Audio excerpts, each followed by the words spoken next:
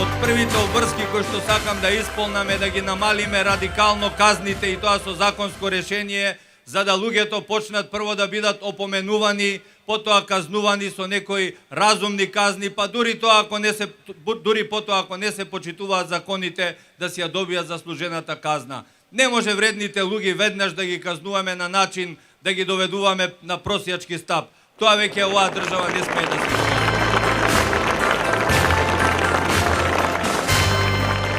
Ги гледате председателските кандидати. Ги гледате со нивните рекламни спотови. Немој да изигравате боксери кои боксуваат пред огледало во ринг да ве видиме. Народот да види колку умот ви тежи. Народот да види кога ќе ги спротиставите своите мислења еден со друг.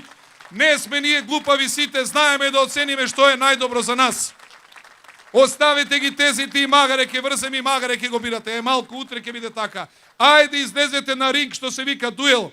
Секоја цивилизацијска, европска и светска земја председателските кандидати ги одлучува и ги споредува на дуели. И после секој дуел на председателските избори се смалуваат и се качуваат рейтинзите на одредени председателски кандидати. А што е ова кај нас? Секој ден се ги гледаме со нивните спотчиња и со наместени прашања. Така не бива.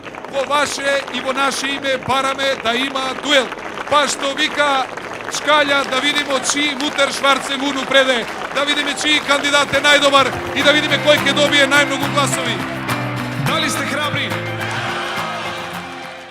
Храбар човек, горда држава. Зоран Поповски за председател.